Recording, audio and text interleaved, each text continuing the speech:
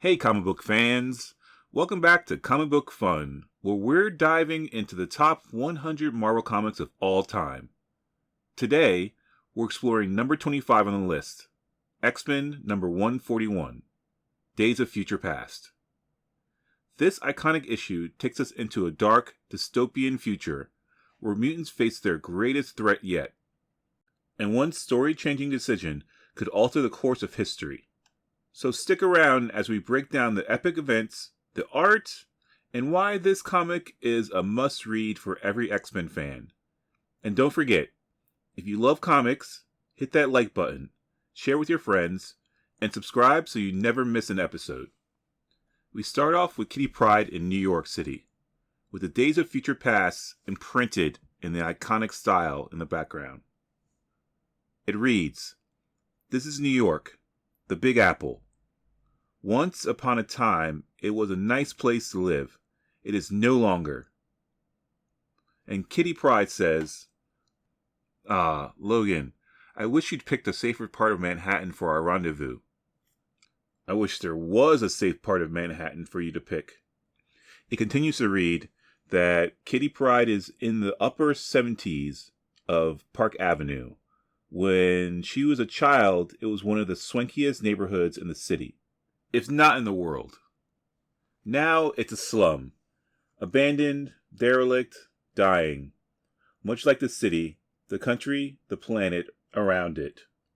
Welcome to the 21st century. Kitty Pryde continues that this is a rogue territory, the last place on Earth the Sentinels would expect a mutant, especially an X-Men to be, which is why Wolverine chose it. I wish he'd make his entrance, though.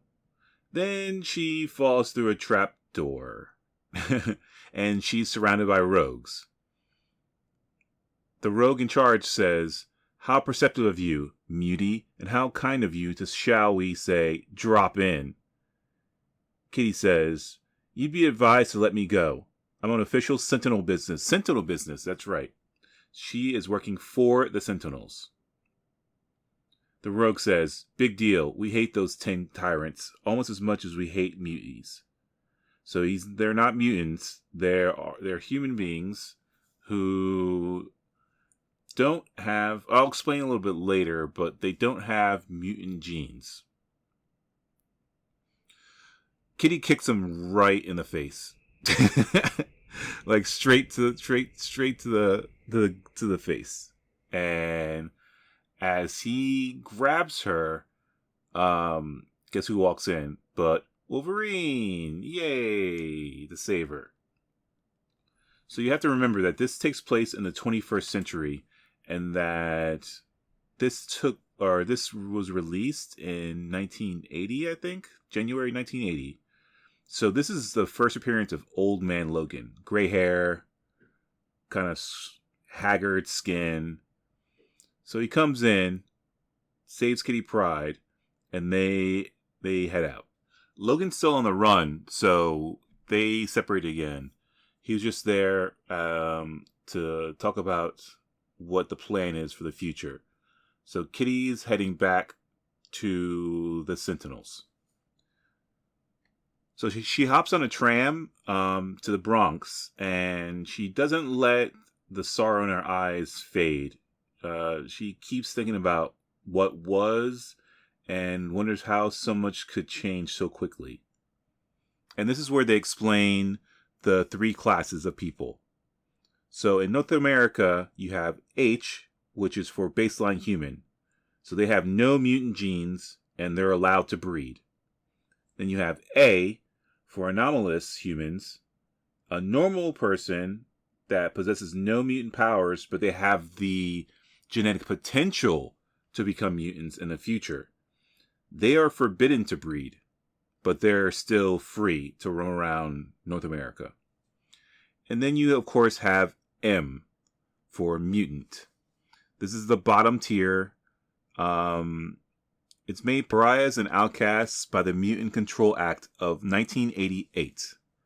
So they've been living like this for a while. They're hunted down, and with a few rare exceptions, killed without mercy.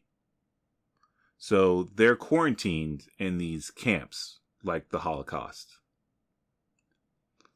As Kitty enters, a mutant approaches her and reads, or says, Mutant 187, her designation. You are behind schedule. Explain. She says, I was attacked by rogues. Sentinel Alpha 3, I escaped. That caused a delay. The Sentinel believes her and she's allowed to pass, but she still has to go through an exhaustive and intentionally humiliating security examination. So they checked everything. They checked all her holes. So she's allowed to re-enter the camp that has been her home since the turn of the century. Damn.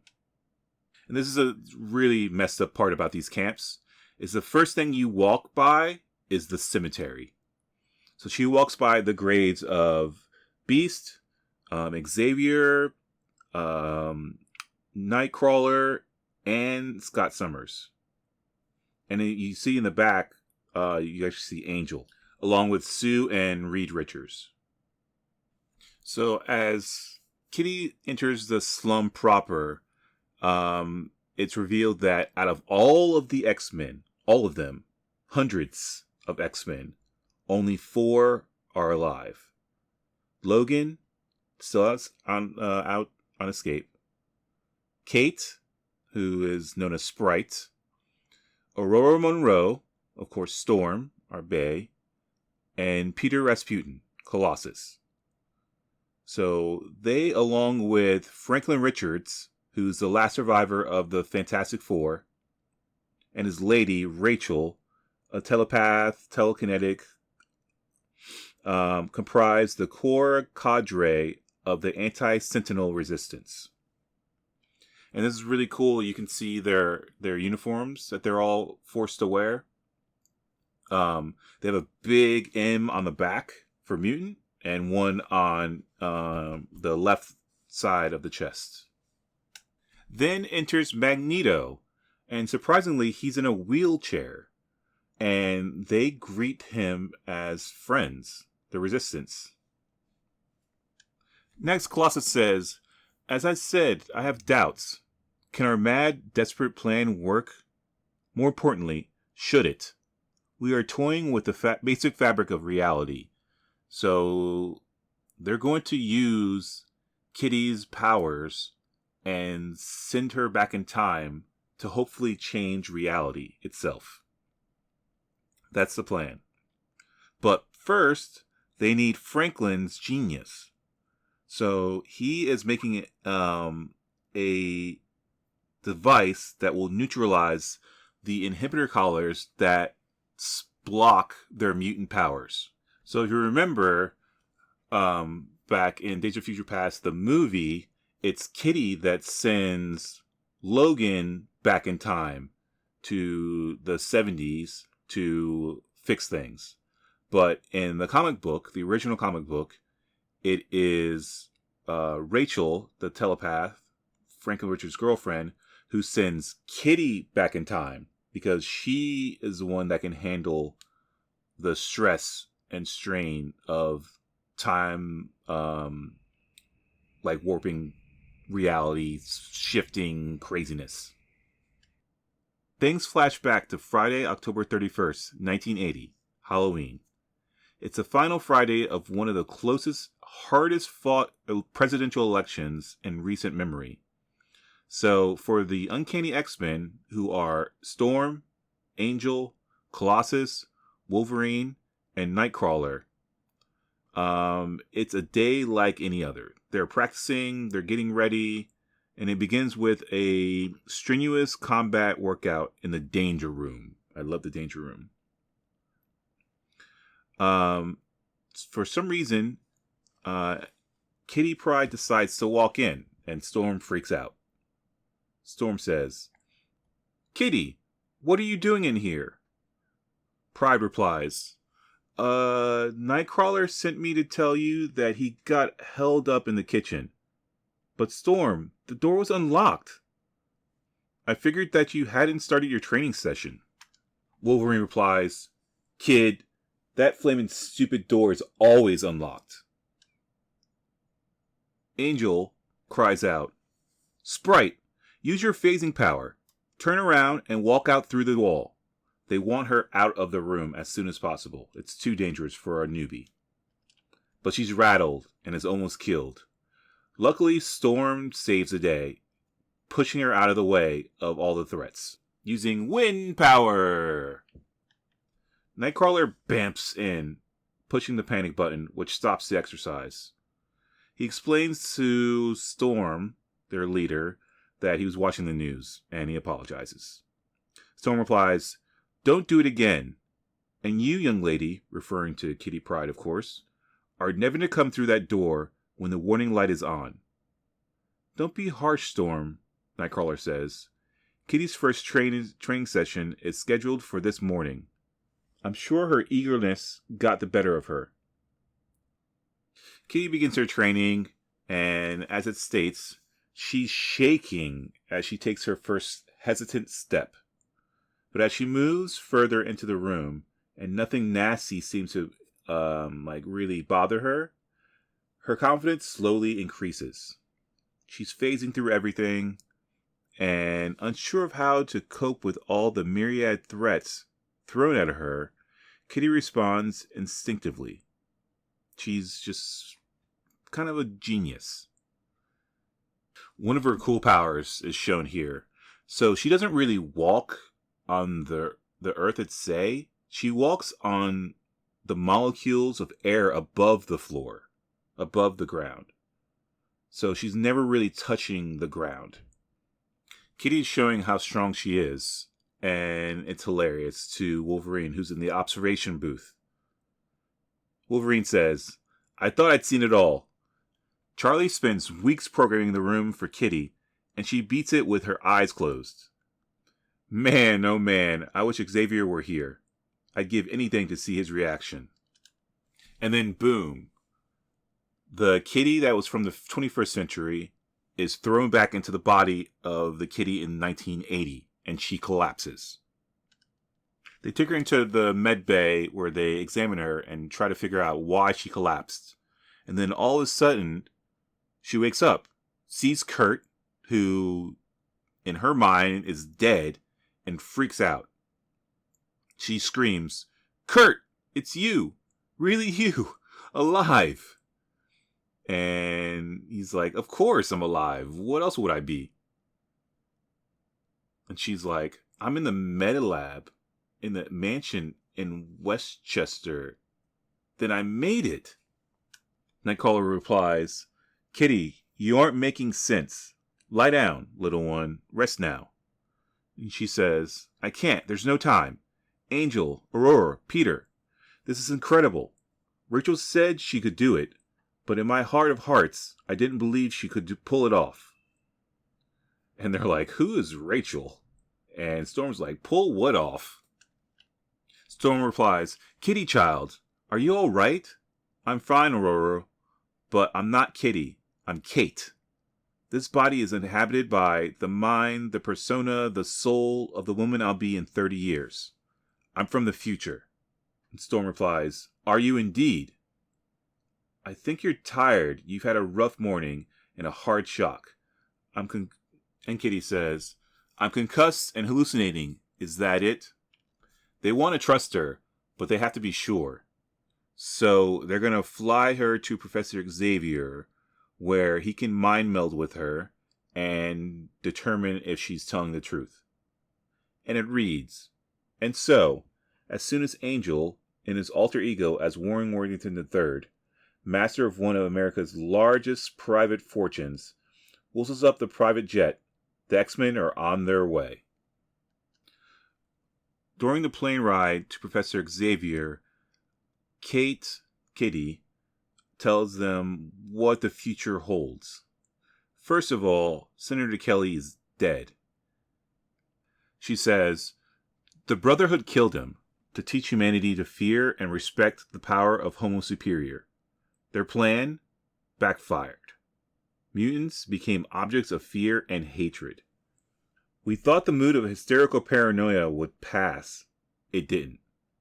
In 1984, a rabid anti-mutant candidate was elected president. Within a year, the first Mutant Control Act was passed. The Supreme Court, bless them, struck it down, as unconstitutional. The administration responded by reactivating the Sentinels. The robots were given an open-ended program with fatality broad parameters to eliminate the mutant menace once and for all. The Sentinels concluded that the best way to do that would be to take over. In the process, they not only destroyed mutants, but non-mutant super beings, both heroes and villains. By the turn of the century, the North American continent was under their control. We fought, we lost, we died. And now seeing you all alive, oh God, I didn't think it would hurt so much. Beautiful artwork where you see that they got almost everyone. They got Scarlet Witch, Cyclops, Nightcrawler, Spider-Man, Iron Man, Doctor Doom, the Hulk, the freaking Hulk, Black Panther, Captain America, Reed Richards, the Vision, Daredevil. Damn. Flashes back to 2013, New York City, where Logan has freed the resistance fighters, and they're escaping through the tunnels under Manhattan. But the Sentinels find them, and the first to die is Franklin. See ya, Richards. They're ordered to stand down, and of course they won't. In some of the best art in comic book history, Byrne shows you just how powerful these mutants are. And that's the reason why they survived for so long. Even when enslaved, they wreck the Sentinels big time. You even get to see the iconic Colossus Wolverine throw. We flash back to 1980, same day, October 31st. But this time we're in Washington, D.C., at the Pentagon. So deep within this man-made labyrinth, we find a young woman named Raven Darkholme. And if you know the name Raven and Darkholme in the Marvel Universe, you know who this is. For Raven Darkholme is a metamorph, a shapeshifter, a mutant better known to her comrades as Mystique, founder and leader of the new Brotherhood of Evil Mutants, who are Avalanche, Pyro, Destiny, and last but not least, of course, the Blob. Okay, we'll find out what they're doing soon enough. But let's move to the Senate, where Xavier is in a deliberation. The X-Men walk in, and while Xavier is surprised, he decides to quickly scan Storm's brain. And then he turns immediately to Kitty Pryde. And what he sees in her head makes him, shake. He's very surprised. While Senator Kelly is talking, there's a loud crash. The security guard says, "Holy! Get out of here, you people! Run for it! That wall's coming down!" And when the avalanche has run its course, the Brotherhood of Mutants appear in the Senate. A lightning bolt strikes, and the Blob is like, "Who did that?" Colossus replies, "We did, Comrade Blob. We are the X-Men." "Oh yeah?" says the Blob. "Except for that wing bozo, you sure ain't no X-Men I ever met," Wolverine replies. "That's right, Fatso. We're better."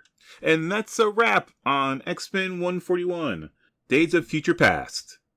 This issue didn't just give us an unforgettable story, it reshaped the X-Men universe forever. The story continues in the next issue, but this was the start of Days of Future Past, so that's why it's so iconic. If you enjoyed this, be sure to give this video a thumbs up, share it with your fellow comic fans, and subscribe to Comic Book Fun for more top Marvel comic breakdowns. Thanks for watching, and we'll see you in the next comic countdown.